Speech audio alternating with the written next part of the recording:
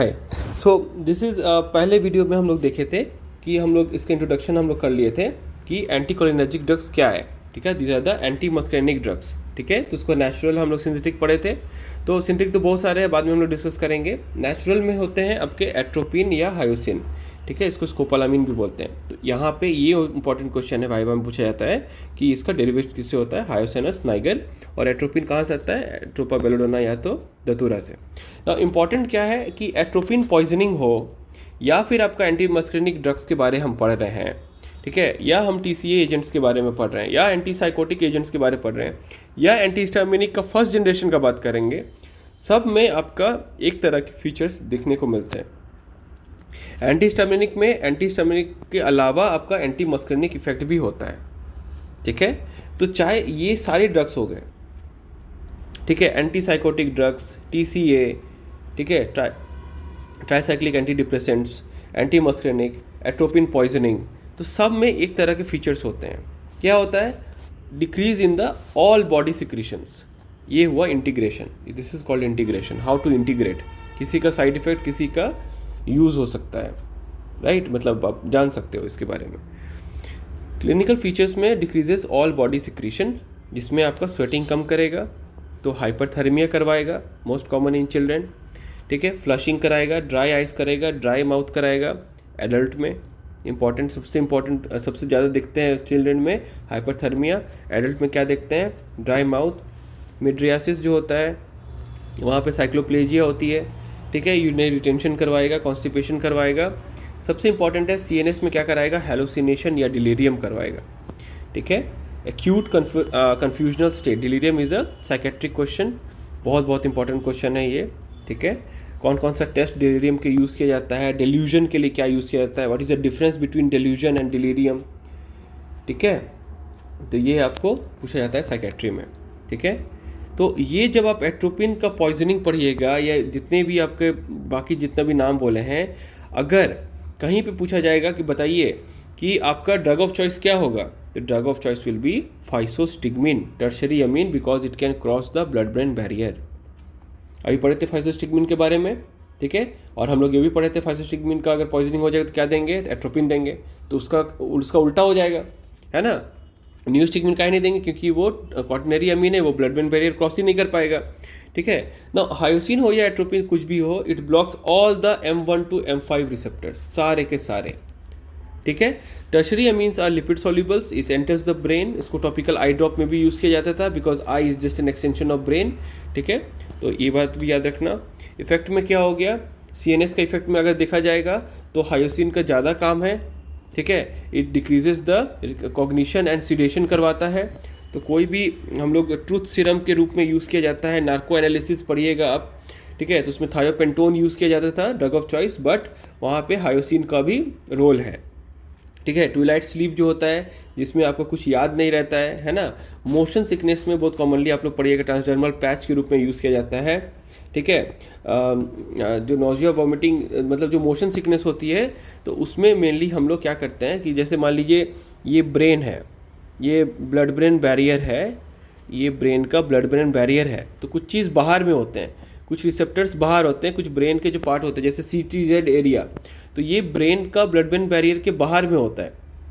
ठीक है, तो वहाँ पे क्या होता है कि वेस्टिबुलर नर्व से वो स्टिमुलेट होके वो पूरा मोशन सिकनेस जो होता है वो क्या होता है, वेस्टिबुलर अपैरेटस जो होता है, जो वेस्टिबुलर अपैरेटस होता है वही उसको मैनेज करता है ना। वहाँ पे हेयर सेल्स होते हैं, वो जो मूवमेंट को पता करता है 3 डायमेंशनली, है ना, तो वो सेरिबेलम को बताएगा, तो वहाँ से वॉमिटिंग। तो अल्टीमेटली क्या होता है, मतलब जो मोशन होता है, जो मूवमेंट होता है, उसका सिकनेस, मोशन सिकनेस का यूज़ करने के लिए हम लोग हायोसिन को यूज़ करते हैं।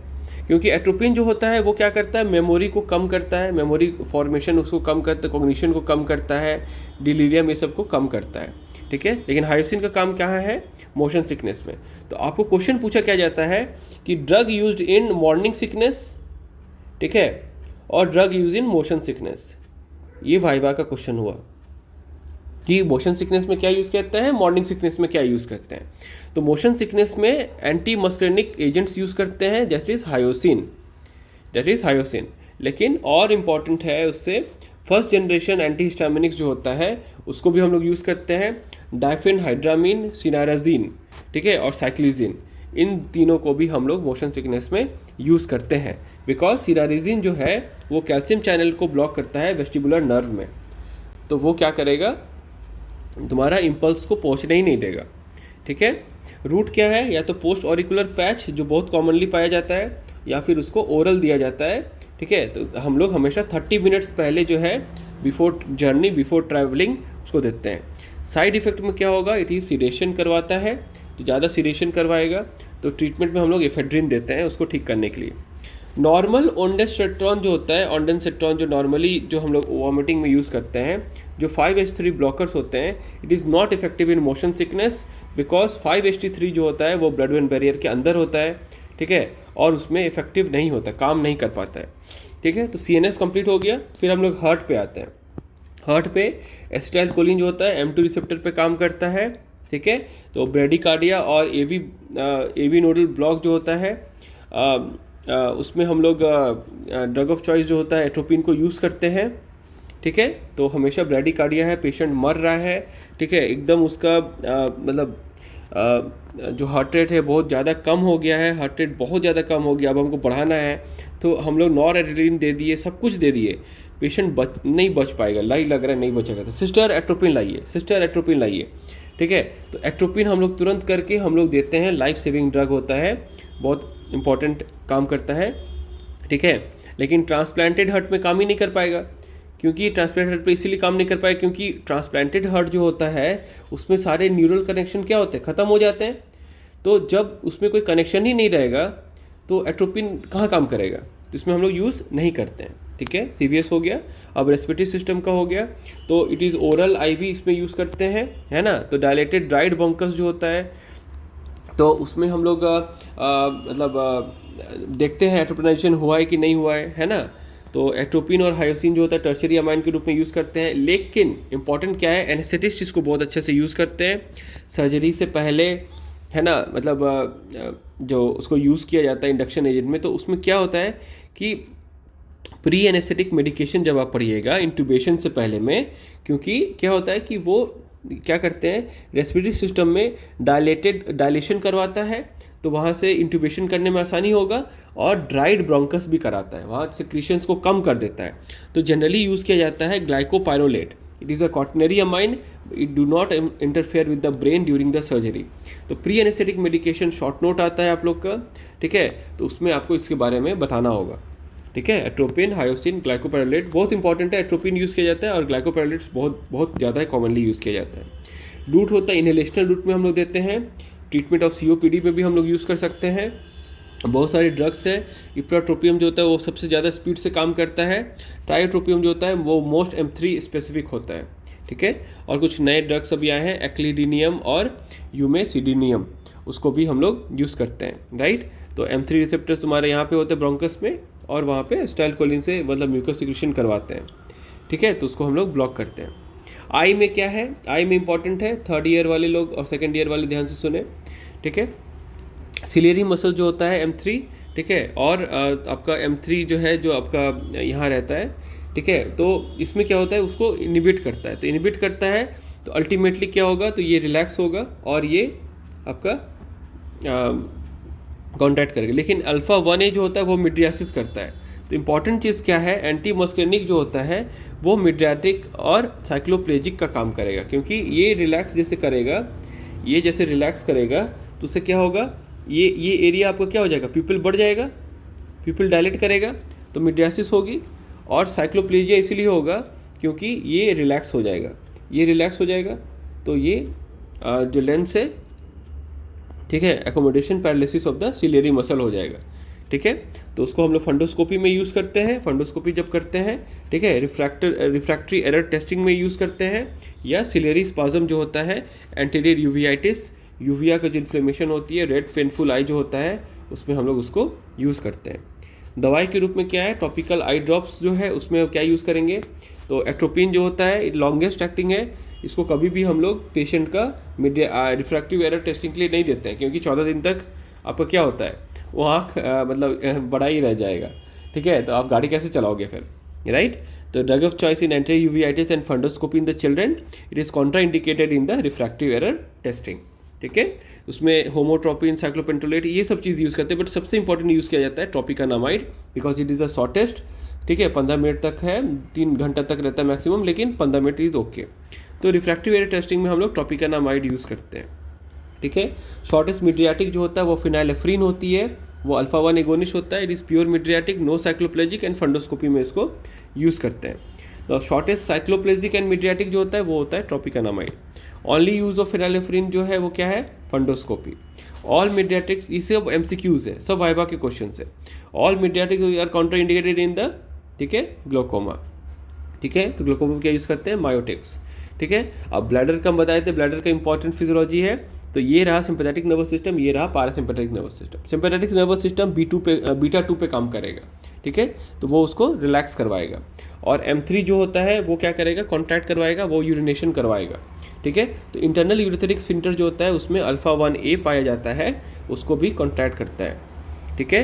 एंट्री मस्कैनिक जो होता है it is known as vesico selective agents, bladder को रिलैक्स करता है, ठीक है।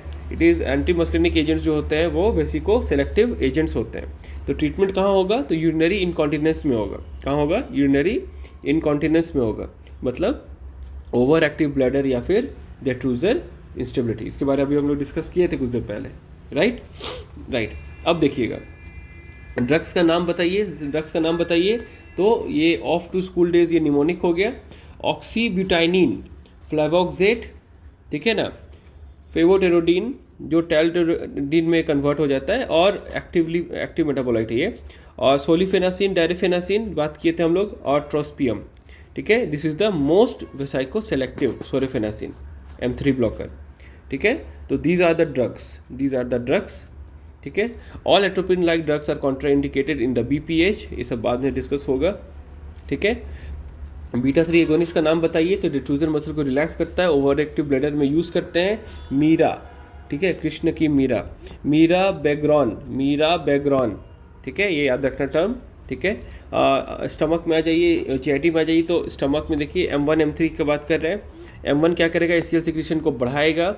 एंटी मस्करिनिक जो है उसको यूज़ करेंगे पिरेंजेपिन और टेलेंजेपिन में, use in the peptic ulcer, ठीक है। M3 जो होता है, देखो ये एब्डोमिनल स्पाज्म में एस्टाइलकोलिन करवाता है, एब्डोमिनल कॉलिकी पेन करवाएगा, ठीक है। Squeezing pain due to pre obstruction of the muscle contraction. तो M3 अगर ब्लॉक करेंगे तो एंटी स्पाडमोटिक्स का नाम बताने पूछा जाएगा, तो M3 ब्लॉकर के नाम बताइएगा आप, ठीक है।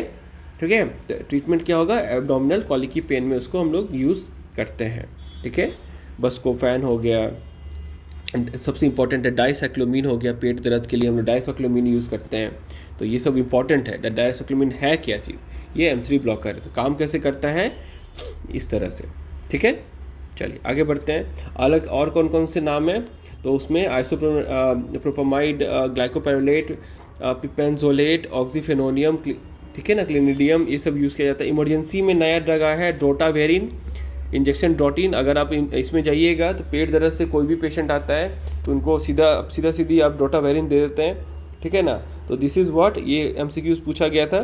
PDE4 इनिबिटर्स है ये, ठीक है। तो साइक्लिक GMP को बढ़ाता है, AMP को नहीं, साइक्लिक GMP को बढ़ाएगा और मसल को रिलैक्स करेगा। It is a drug of choice for renal और यूटेरिक कोलिक। रीनल या यूट्रिक कोलिक जो होता है वो बैक पेन लेके आता है, ठीक है ना, मतलब पीछे की तरफ दर्द करता है, क्योंकि किडनी पीछे की तरफ होता है, पोस्टीरियर के साइड होता है, राइट।